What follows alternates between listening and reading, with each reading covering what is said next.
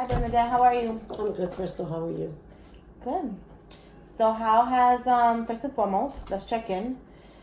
How was your week this week? I have good days and I have bad days. Today's an okay day. Okay, why okay? Because I'm suffering from depression. Yeah. I know when you came in for your intake, you talked about feeling not like yourself and having trouble sleeping and sad and stuff, you know? I know you started taking your medication. I'm on Celexa. And how do you think that's working for you? I believe the medication is working good. I think right now I would need to go up on my dosage because I'm just going through so much. Yeah. So I just feel like I need to get my medication modified and adjusted to a higher dose. Right now I'm taking the 40 milligrams. I think I would need to go to like 80 milligrams. Why do you think so much? Because I figure if the medication increase, it'll help me more with the chemical imbalance I have in my head. Mm-hmm. Do you think it's a chemical imbalance? Or you said you have a lot of different things going on, so what has changed since the last time I do suffer I've talked to you? depression, but when I'm doing good, I'm okay. It's just within the last few weeks, I just went through losing my job, a breakup. I'm stressed out with the bills, so everything's just hitting me all at once. So I think that's where I was depressed. The medication, the 40 milligram medication was working good, but when I went through everything that I went through, that just screwed me up more. Well, I'm gonna be very honest with you. You seem like to be going through a lot of different things, life altering things that I think. I'll be quite honest with you. Sometimes medication doesn't help. We have to grow through what we go through. So I mean, let's talk about what you're going through. So I know we met a few weeks. You talked about Kenny, I think was his name. Yes. So I don't think we're going well. What changed? If you want to talk about that. Like what? I think we came from two different worlds. What made you realize that? I think it's just the culture difference. You know, he was white. Of course, I'm Hispanic. I don't think he understood my world and how every family is different, but I'm very family orientated, and I think he's not used to that because he has such a bad upbringing, and it's just him and his daughter. He wasn't used to my world and how fast my world went. Well, talk about what your world looks like. Crazy. Well, what do you mean I crazy? have kids, I have grandkids. You know, if you need me, I'm there. My house is an open door policy. Whoever needs to come here, I'll feed anybody. If anybody needs me, I help everybody and anybody. But who helps you? I don't know. That's a good question. I mean, my sons do help me, whatever they can, but they have their own families. So it just seems like you talk a lot about everything that you do for others. So where do you think the disconnect fell in between you and Kenny? Because I mean, you didn't say one thing about your relationship.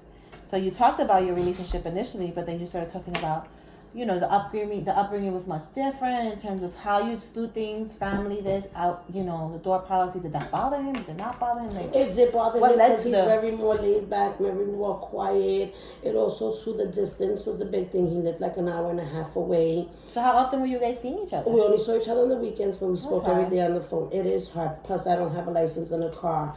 So he would have to come here with his child because he has full custody of her. But then I just also too, everybody kept saying it and I wasn't seeing it because here I met this really nice guy, you know, open doors, pulled out chairs, very sweet. And I've never had that. I've always been in very bad abusive relationships. So I went off of what I was seeing, but it kind of came off like a little controlling verbally, but I wasn't kind of seeing it when everybody was telling me.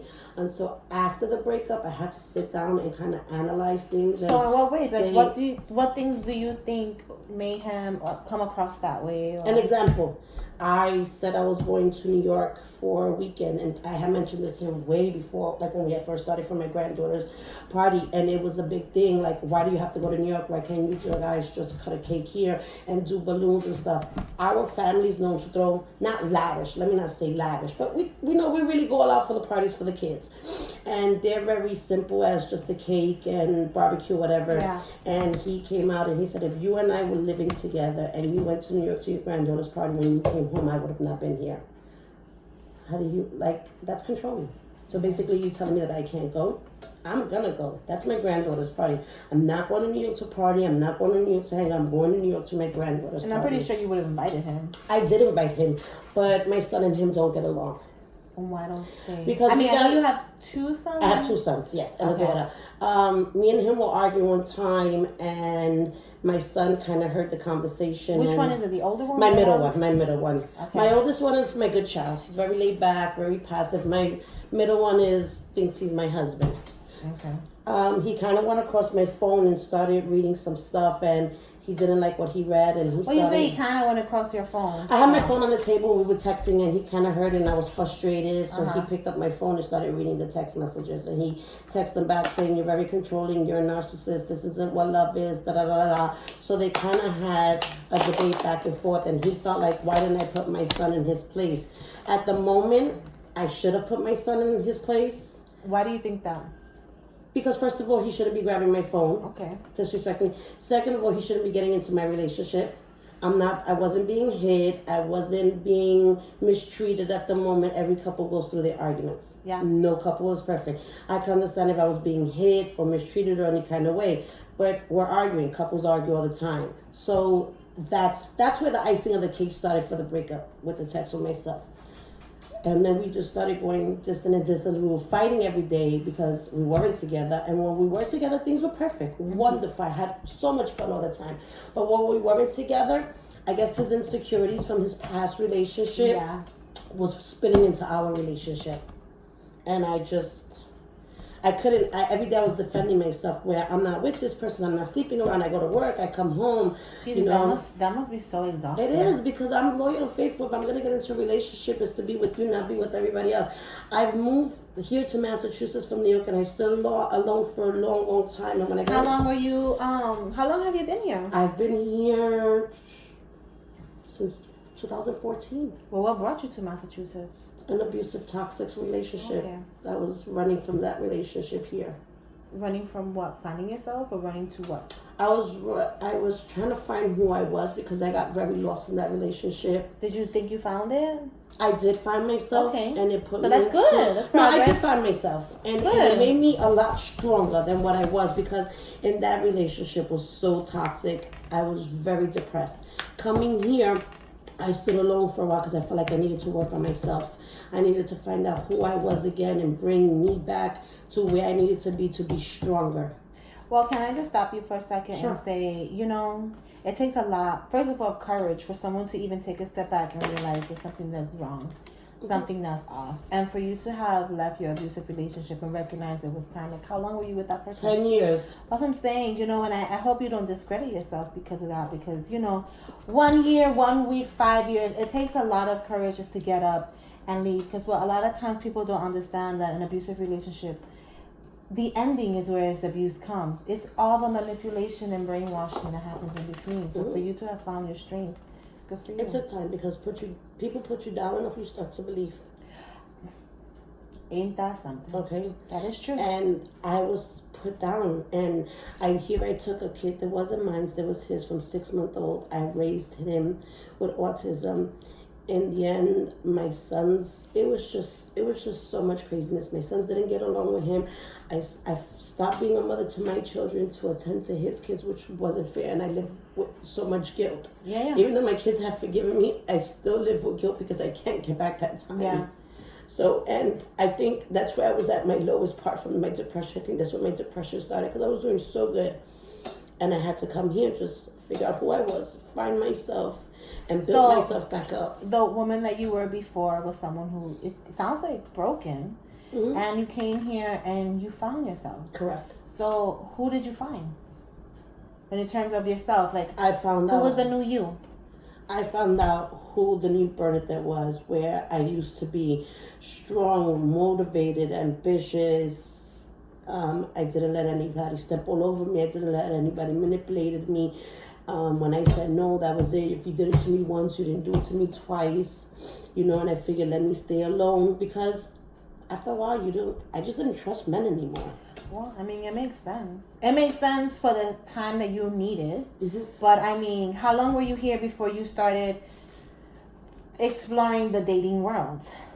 Because, I mean, you say you were here for some time, but Was he? Would you say was Kenny like your first like? He was my first real adult relationship too. Okay.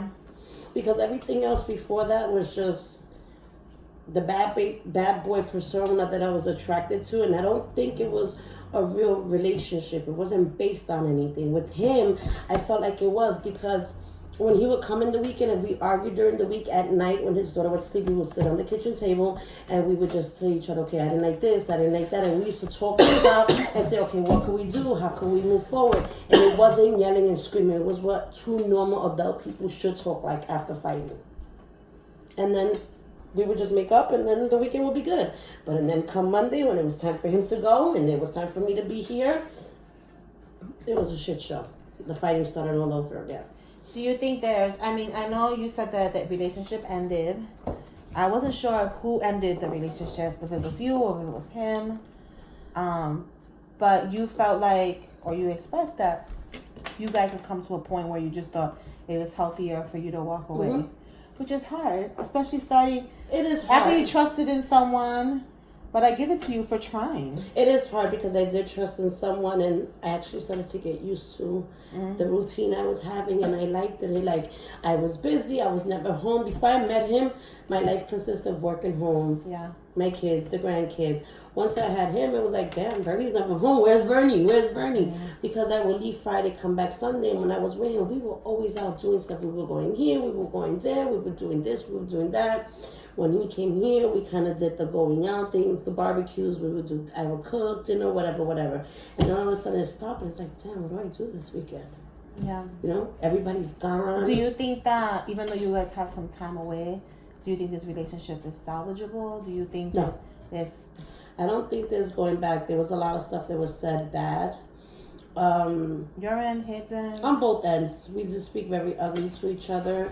When I went to New York with intentions to talk to my son to try to fix what happened, because with my son, I can't talk to him over the phone. That has to be a face-to-face conversation. I remember you telling me he has a very strong personality. Very, very strong. And we weren't already together, but we were still talking to each other. And the week before, we were still intimate. Okay? And then he went to a kid's party, and he met someone. So he's already moved on. Okay. So I don't know. I just don't understand and comprehend it. I took it really hard. Really hard. And that's the first time you've really engaged in a true relationship that you thought was healthy. So, I know there's a lot of things that you must be thinking about yourself in terms of even your own self-confidence. Because I think a lot of things you struggle with in the past conversations we had is just, like you said, you've come from so much abuse that, you worry about the people that you choose. Mm-hmm. And because of the past experience you had when you lost the Bernadette that you were, the mother that you were, and everything else, you really take into consideration what your kids have to say, because it means a lot to you. Because at one point in your life, in your lowest point, you didn't even recognize who you were. You forgot everything because this one abusive person really controlled everything about you. So I think you have legitimate fears about how getting back to that point, and that's the lowest point that you never want to reach. No, because I even wanted to be selfish, and I said I wasn't going to date ever again, and I was content with that because But is that realistic? I felt like I wanted to give all my attention to my kids and my grandkids, and honestly, I didn't want to share it with a man, because and then I get a man and I get all wrapped up in this man. We're getting to know each other. My kids are grown. It's not like I have small children. You know what I'm saying? So I'm alone. So it's easy for me just to get up and go. And then I was like, wow, I have to share my attention with my kids and my grandkids and him. Something. I know when we first started this week talking, we talked about a lot of different things. We did talk about it. And I know, we're focusing a lot on your relationship. And I just think I can't help but to say, I really do think, Bernadette, that you will benefit from attending or engaging in services for healthy relationships, because you've talked to me about your kid's father, how that was abusive in different ways. Like, you've been abused in many ways, because there's various ways to be abused, of course.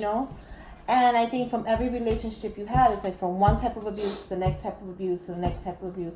And I think you've doubted your own judgment, which makes sense. But I think maybe you need to start working on what it looks like to be in a healthy relationship. Because I have to tell you, no relationship is perfect, right? Mm-hmm. But we all have these core values. And I think you worry about, I think because of everything you've been through in terms of your relationships, you're worrying about losing you again because it just hits you. Because I mean, I know you look back and you said, wow, I can't believe all these years went by. Where the hell did I go? Mm-hmm. Right? And that's your biggest fear. But also finding a balance of being a mom still, being a grandmother, and being able to manage everything. Because, you know, you have to, if you want to be in a relationship, you have to also make that person feel like a priority. And I think you struggle with that because you didn't know how to balance it before. My biggest fears too is that I wouldn't know how to treat a good man. Because all I had was bad men. Mm-hmm. So I'm aggressive and, you know, a little controlling, people say, but I guess maybe it's because of the relationships I've been in, and you know I don't feel like, that's why I feel I stay alone, because I don't know how to treat a good man. I know, but does that fix the problem? No. And the reality is, I think you do know how to treat a good man, just like you know how to treat a bad man, because you know how to be you. You exude a lot of positive qualities that anyone wants to be in and have in a person when they look for a partner. I have a lot of tissues too, honey. Don't worry. I know. This is the tissue room. This is the tissue room. I cry sometimes too. It happens. But honestly, I don't think it's that you don't know how to treat a good man or treat a bad man. What you need to learn is how to treat yourself and learn how to find a balance. You can give. You can love your kids. You can love your grandkids. You can still have your friends. And you can still have a relationship. But you have to learn how to balance that, because with being in a relationship, it is give and take. And in the relationships that don't require work are one-night stands. Relationships that require work are relationships, because you have two different personalities, two different styles of doing things, but you got to make that person feel like they're a priority, just like they have to make you. Finding this balance is what you need to figure out, and doing both things, because you don't trust yourself. That's the problem. It's not that you don't know how to treat someone. You know how to treat someone. I hear you talk about it all the time, when you talk about your grandkids, when you talk about your sons, when you talk about their women, when you talk about your life, your family, your friends. You know how to be a very good person. You know how to be a very good friend, mother, sister, whatever. You don't? I think I just suck being a girlfriend. You don't suck being a girlfriend. You just don't trust yourself enough to be both. That's what you have to work on. Nobody goes into something saying, I want to be abused. I want this. I want that. You know how to defend yourself. You know how to see triggers that you didn't see before, because we're young, naive. Things happen. You know what I mean? I think I just need to also learn how to balance, like you said, balance out the two, because when I was in this new relationship, I was always with my granddaughter all the time, and then it was like, oh my God, I'll never see my granddaughter anymore, because during the week I go to work, I come home tired, on the weekends I don't get to see her, so it's like, how do I, you know? And then, like I said, the distance, you know, if he lived in town, it was different. It would be a lot easier for me, because boom, I can go to there, you can come here. But think about it. Even if he lived in town, you still have to learn how to find a balance. It's like anything. I think if you look at your kids and you look at their homes and how their upbringing is with their own little families, because I know you said your golden child has his family, and then you have your other son in New York who has his family. My golden child? Yes. Every parent has a golden child. That is true, and I'm not against you on that. I'm just saying, you know, everyone has their ways, and I think I can't speak for them, but I think they may love being around you, but everyone wants their own space. Very true. Everyone wants their own time. It's true, because after everybody leaves, I sit here in my house and I'm like, because it doesn't work. Think I about listen it. to quietness, and I'm like, is this what my life is gonna be like? My kids have moved on. They have their own families. So why haven't you? I don't know. That's what I say, because I feel like at any moment my kids are gonna call me and I need to be there. Yes, because you feel like you owe them something. I feel like I owe them something, and now that they're grown and they moved on, they have their own families, I still want to feel needed from them. Mm-hmm. But and then that leaves me alone, and everybody's out doing their thing with their family. I'm home on a Friday, Saturday night, just bored. But you don't have to sacrifice yourself for that anymore. I mean, I know you talk to your kids. And I also think it's the guilt. Yes. The guilt stops me. But you have to grow through what you go through. you've learned a lot from the Bernadette back then, who was at her lowest, to the Bernadette that you are now. I mean, I can't speak for them, but I would imagine they would have said the same thing. I think your relationship, as you say, is better with them than it's ever been. Oh, yeah. And that doesn't come from a place of hate from them. If it did, you wouldn't have that relationship. They adore me, those kids. So I think, our fears are always at our lowest, right? Getting back to what we thought was the most ugliest part of us. But sometimes that can also be something that defines you, or something that's going to keep you going. Keep you, help remind you, like, damn, I could get there. Anyone could get to this low point. You and them got into a place that is so positive. Mm-hmm. You're never going to get back there, because you won't allow that to happen. You just have to find a balance of allowing yourself to continue to live and give room for someone else outside to come in. Now, Kenny may not have been the man for you. I mean, you guys walked away. You were heartbroken, but you walked away knowing that this wasn't right. Mm-hmm. Right? Yeah, but then my kids always said I have a taste for shitty men. So I feel like they need to screen my men then, because they say I always pick the wrong men. But you have to also trust your own judgment. And I know you've struggled with that because, I mean, for many years you have chosen people who weren't the best partners for you. Yeah, but when you get into a relationship, you don't know. You're meeting someone, you're starting to get to know them. People don't show their true colors till a little time afterwards. But I think that you've been able to also filter through, let's call it like you see it, the bullshit. You haven't been with this man for more than a year. You started seeing things, even if one of your sons was bringing something slight. But you know something, I can tell you that the sky is green. If you don't believe it's green, it doesn't matter how many times I tell you it's green, right? Mm-hmm. But he talked to you that one time, and you looking back, do you think he was wrong? Do you think, like, I know you said you thought maybe his approach was wrong, but I'm pretty sure you've learned. You have a lot of takeaways from this. So even though to you it may seem like a loss, life's greatest lessons are what we look at as our failures. Because you're going to look at that and think, wow, the new relationship that I'm in, how much should my kids be involved in that? How much should they not? Who should be having access to my phones? Who should not? When I see these signs from someone, whether it's if you leave here, I'm going to leave and not be home, those are red flags for you. Mm-hmm. So you walk away with a lot, but you didn't just get those because you woke up that way.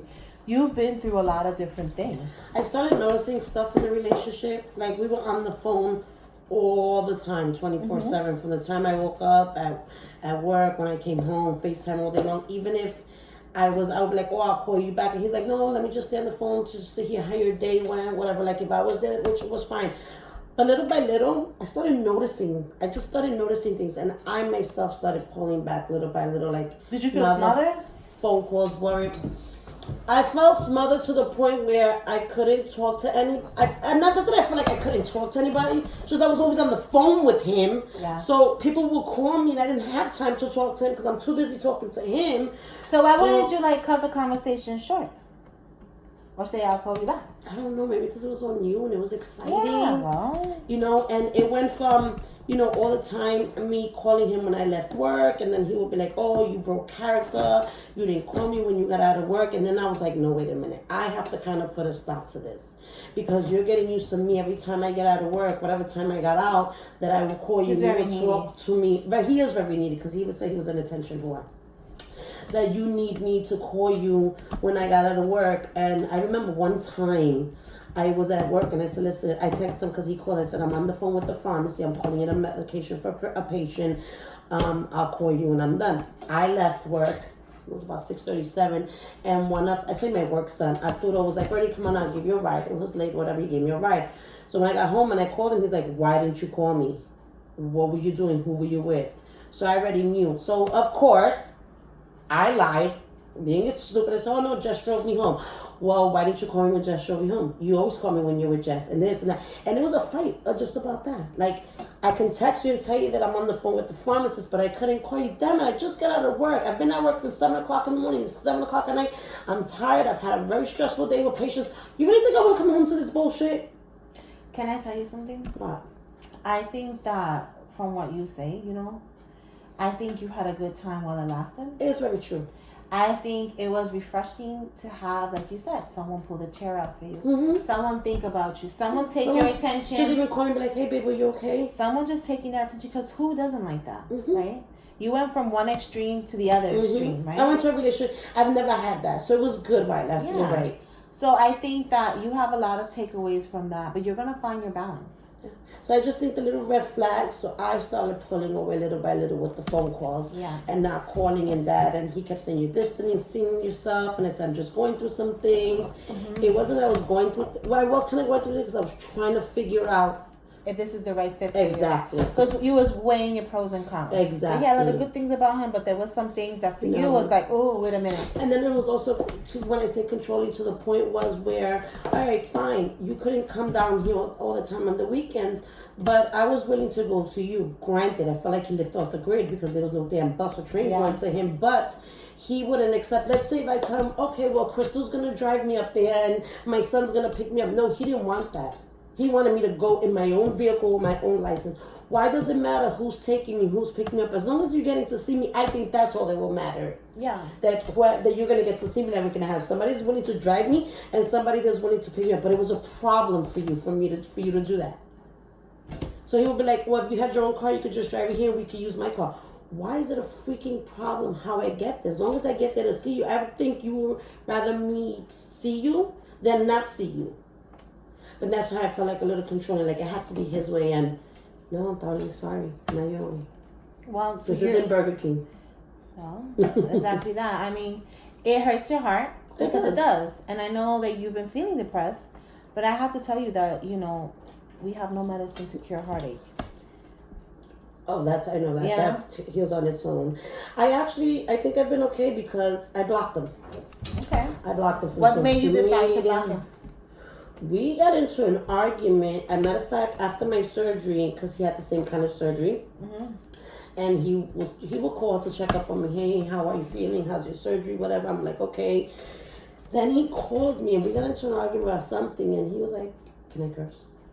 You can do whatever you want. This is your session. Oh, okay. So and then he called me. He was like, "Listen, are you gonna listen?" And I'm like, I just said hello. He's like, "You're gonna fucking listen to me? Shut the fuck up." I was like, fuck you. I'm not. And he was like, "Shut the fuck up. I'm talking." So I just hung up and I blocked him off of calling, texting, social media. I'm still trying to learn how to block on the email. If you know how, let me know. Huh. My kids help me with those things. Because I don't know how to block anybody from the email, so I haven't, but I'm just wondering if that doesn't work out with the new girl. Will he come up? I have a feeling he will show up here, but there's nothing to show up for. There's no more me. He created this woman named Bumblebee, and that's not me. That's what he will call me, and I'm telling him, that isn't my name. You created this whole persona, this whole other person that, he would be like, you need to be the Bumblebee I know. First of all, I'm not Bumblebee. My name is Bernadette. Why is it that, when I was with him, it was like he wanted to whiteify me, and I'm not trying to be racist because I'm not. And he says when I would come here, I was the Puerto Rican, the Bernadette came out of me. I'm the same person. You can't expect me to stop being somebody overnight. Yeah. This is who I am when I come into my house. It's like, oh my God, I gotta do this, I gotta do that, my phone's ringing, That is just my life. My life is always on a roller coaster ride. I am sorry. You don't have that, and I think that's what it is. He doesn't have that family dynamic, that family structure. So, but that's not my fault. Whatever you went through as a child and as an adult with your family, and you don't have that is not my fault. You can't change my relationship with my kids or with my family because it's not good for you. I know that you're not in a relationship with him now, but I do think that a good takeaway to take from that, honestly, is something to explore, Bernadette, is while there's some things in what he says doesn't really pertain to you, honestly, doesn't really make sense, but the one thing that is important that you should take away from that is, again, balance. Because the way you do things, if you're going to be in a relationship, there's always going to be ways to tweak things. And even though, sorry about the even though surgery, every time someone, when you have a family, your family comes first, obviously in these things, but I have to tell you, when you're in a relationship and your partner doesn't feel like they're number one, even though clearly We always know our kids come before this, and there's a way of how things go, but the person needs to also feel needed, you know.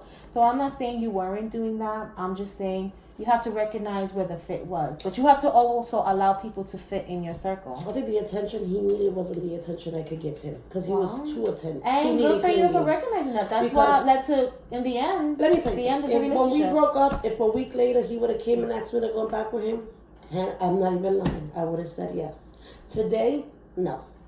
Today, no. Well, you honestly got to also see a lot of different things. I mean, he jumped into a brand new relationship. You know, after he got you so connected with his daughter. Yeah, and then you can't, just before my surgery, you can't sit here and say you're in love with me and you meet this girl on a Sunday and here on a Friday you're in love with her. I just don't get it. I heard people say you could be in love with two people at the same time. I've never been, and I pray to God I know, because that must be a crazy roller coaster ride, and ain't nobody got time for that shit. I'm already on a roller coaster ride. So that chapter has ended. That chapter has definitely ended. So that's something different. I try to maintain friends, but... Well, I mean, that's definitely different from... And that's a big change from the last week. Now let's talk about your job. I mean, I know working at the hospital is something you've been wanting to do for many years. It was my dream job, and I fucked it up. How did you mess that up? Like, what do you think happened there? If you want to talk about it, you don't have to. No. Or how about this? What? Tell me, what were you able to take away from, were you laid off or were you fired? I was actually fired. Okay, so what were you able to walk away from? And I felt like I shouldn't have been fired. I could have been suspended because I was very loyal to my job, very dedicated. So what makes you think that it led to an immediate termination? Instead of, like what you said, being suspended. Because there was a violation that was done on my end, and it should not have been done. So what would you say you learned from that, moving forward, so you don't do the same thing? Not to do what I did. Okay. And you understand what you did? I understand what I did. I recognize what I did was wrong. I knew it was wrong, but I figured I was helping out employees, and at the same time helping employees out. I got ratted on and thrown under the bus, and when it came time when the shit hit the fan, nobody came to my defense. When I helped everybody, I was left for myself. Well, that's usually how that is. But in the end, we have to learn that, there's certain things that we can't really allow other people to control. I'm not going to stress what I can't change. Exactly. All I know is, all I take from that and learn from it is that you fucked it up. If you get another opportunity, don't fuck this one up, because opportunity don't come twice. But I have to tell you, there's a pattern in you, and I have to bring it out to the open. So this is what I allow to see in a lot of your patterns and your conversations we had the past few weeks. You always put everyone in front of you, and you jeopardize so much. You jeopardize your job. You jeopardize your relationship, which ended. I mean, in that situation is a little bit different, because you also recognize that in that person there was things about him that... To put everybody before. So when do you put Bernadette first? Has that always been that way? I don't know how to put it first. Yeah. We need to work through that.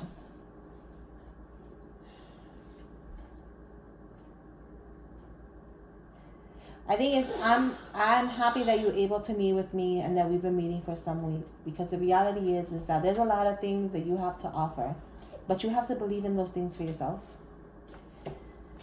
And in the end, it doesn't matter what we sacrifice for others. You walk away with what? I know you have this fear of being alone. We could be our best friends or our worst enemies. It's what we're going to do with the information we have, how we're going to grow. You're going to cry?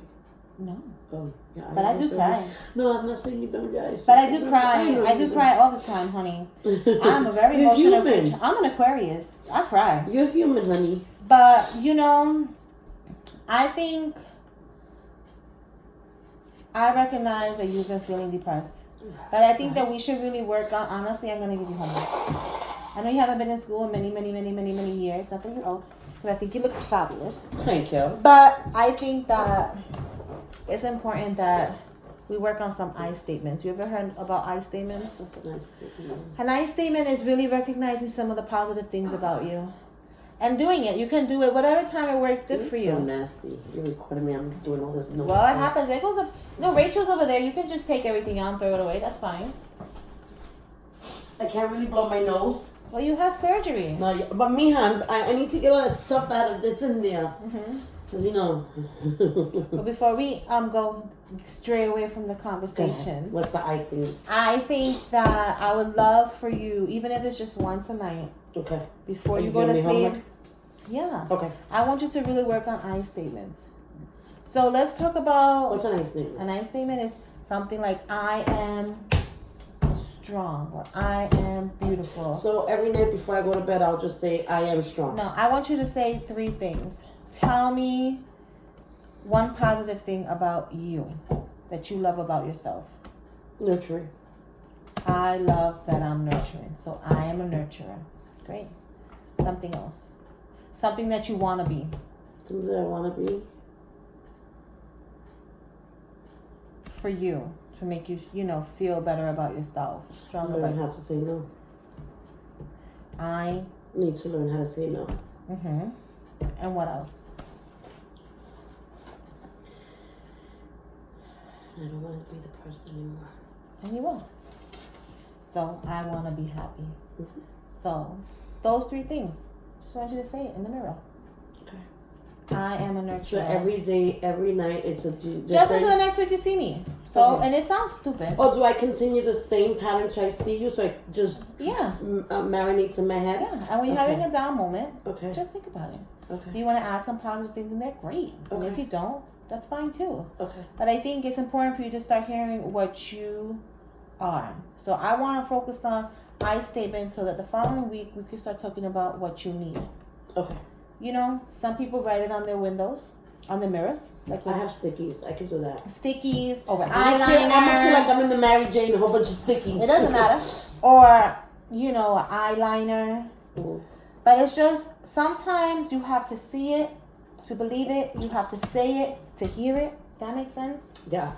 And it sounds corny, but there is there's a way of doing things so we can start working on you.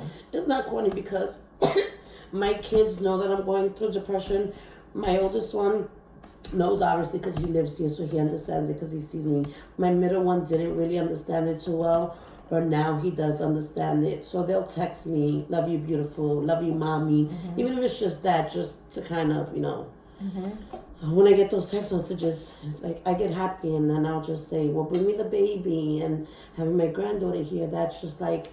And I'm happy that you use that, but I think it's also important that we start exploring even outside of that. Out. Okay. Because it's important to also we can't continue to keep masking your feelings. So let's keep myself busy with the baby, or let me do this, or let me cook, or let me do that for someone else, and let me do this. Because you're avoiding a lot of the real. Funny. I say that I try to do a lot of things just to keep me occupied. But in the nighttime when you're by yourself, this is why you struggle with sleeping. You got all these different things that you're thinking about. Yes, it was a bad day for me. I did not want to get out of bed. I didn't want to answer my phone. I didn't want to answer the door. I only got out of bed to use the bathroom. I didn't get up to shower. I didn't get up to brush my teeth. I didn't comb my hair. I didn't do all that till this morning. And let me tell you something. Everyone is entitled to a few days. You have a lot going on at the same time. You lost your job. You ended your relationship with your partner. You had surgery. Now you have this weight of how I'm going to pay some of my bills. I have X, Y, and Z that I need to do. I'm trying to apply for all these different things. I don't really have this motivation because you're sad. And that's normal. You're processing all of this stuff in one thing. So I want to help you, and I appreciate you coming to see me. There's times when I go to bed and I pray, oh my God. Yeah. And that's hard. But that's real. You're not the only person in this situation. But there's a lot more life has to offer. It's finding that and just thinking different about how we do things. But we gotta stop covering up. We gotta go through this hard stuff to see the light at the end of the tunnel. That is the truth. I know clouds don't last forever. No. We know that, but we have to believe that. We're going to get over this hump. I mean, if you needed another session, we can do a second session this week. Please. Instead of meeting weekly, just until you get back on your feet. I know you're working on your meds. I'm gonna touch base with the psychiatrist, the prescriber today. So he knows just to touch base with you because you're just wanting to see whether or not you should get an increase or not. I think meanwhile, so he can meet with you. We can meet twice a week. I have some openings for the next few weeks, twice a week. You let me know what's available and I'm fine with it. So you're able to meet with him and just kind of see what adjustments work well for you. I mean, as everyone and anyone I meet with, I'm always going to leave you with the information for the helpline, in the addition that you feel like, I don't know, it's 3 o'clock in the morning, you really feel like you need to talk to someone who's not biased, who's not judgmental, who's not going to judge how you're feeling, or who understands the mental health crisis you're going through. So you have that number. I'm going to give the crisis line. I'm going to give that to you. And always remember, like, if you ever feel like, hopeless, or you ever feel like, you think about whether or not life should be what it is for today or the next day. We could explore that too. Okay. So, I'm going to give you the suicide prevention numbers. Not saying that that's something you want, but I always tell this with all my people. Sometimes it's hard to have hope when you feel like, what are you hoping for? But it's also important to remember what we're living for. So today is a bad day. Tomorrow might be better. But I want you to focus on these I statements. I want you to focus on just finding, when life throws you a lemon, we're going to make lemonade. So before we end our session, you want to practice, I think we should practice some breathing. Just because I want you to, when you're feeling very sad about something or overwhelmed with something, I think it's important that we also touch base with just tapping into ourselves. A session doesn't have to be required for me and you to just talk the whole time. Somebody could just be practicing different coping mechanisms. So, I know right now you go for little walks to Cumbie sometimes. I know you went back to smoking your cigarettes. I was doing so good. Like, I got on Chantix. I went from shorts to hundreds to shorts, and then I went to just smoking a half a cigarette a day. And I was so proud of myself because I really need to quit because I suffer from very bad asthma. I just had no surgery, so I could help get to breathe better. And I'm back to smoking again. That's fine. So, you were on these... I'm so mad because I was right there. Everything just happened once and I started smoking again. Maybe the Chantix isn't for you. Maybe now it's worth having a conversation with your doctor. No, the Chantix was doing me good. Well, I'm just saying, there's other things that maybe we can re-explore Chantix or re-explore other options for yourself. So, your homework is going to be your I statements. Okay. You're going to practice saying those 3 things in the mirror. Okay. Even though you're going to think it sounds silly, say it. No. And then you're going to call your PCP and just reconnect about the medication. The medication for quitting smoking, if that's what you really want. Okay. I do want to quit, yeah. Okay. So before we end the session today, I just want us to just practice our breathing. So I think we can start with I know you're asthmatic. And I remember I have gel packs in my nose, so I really can't. Well, we could always do, so we can leave that for the next time. Yeah, let's leave this. And I'm all kind of congested from crying and stuff. No, so just so you every know. Every time I sit and vent to you, it's just like, well, it feels good. Like, I feel like a weight is lifted off from me. Well, that's what I wanted to do anyway. So checking in with you now, do you feel a little bit better than what I do. After this conversation, I do feel good. That's good. Not every time. Maybe I get a good night's sleep because I haven't been sleeping. Not every time, you're going to meet, it's going to make you feel great. No, I know. Sometimes it's going to make you feel worse because you're going to touch upon things. I feel like yeah. So what are you going to do to try to unwind when you go home? Practice my eyes. Practice your eyes. Practice breathing. Practice breathing. Take a nice shower. Yeah. You ever listen to music? Yeah, I listen to music. Sometimes music stuff. I love to read, and I've been wanting to do it, but right now my mind is like. That's okay. It's on a roller coaster, like a non-stop roller coaster. But you have a lot. I had to walk, but I start doing things around the house that can keep me busy. Well, that's why we're not trying to keep you busy. We're trying to keep you in the moment, taking a step back, and just processing. Okay. I don't want you to clean your walls 5 times. No. Okay. Take a walk. Okay. Sit in your front step. Try to get in some air, even if it's through your mouth. Okay. Just think about that. I've been trying to do that, like sit outside for like 5 or 10 minutes. But see the beauty that's around you. You know what it is too? Right now my comfort zone is my home. Well, yeah. And I don't want to leave my house. because I go to other houses and I start You getting don't need to anxiety go to- that I want to come home. Yeah, but you don't need to go to your Or house. not even go anywhere. So it's like right now, when you're going through depression, you have to find your safety net. Well, and this is my safety and net I right now at respect my that. house. And I respect that. Let's open the windows, open the blinds. Even if you sit in front of your house for 5 minutes. Okay. Look at the birds. Look at the clouds and try to see what the clouds show you.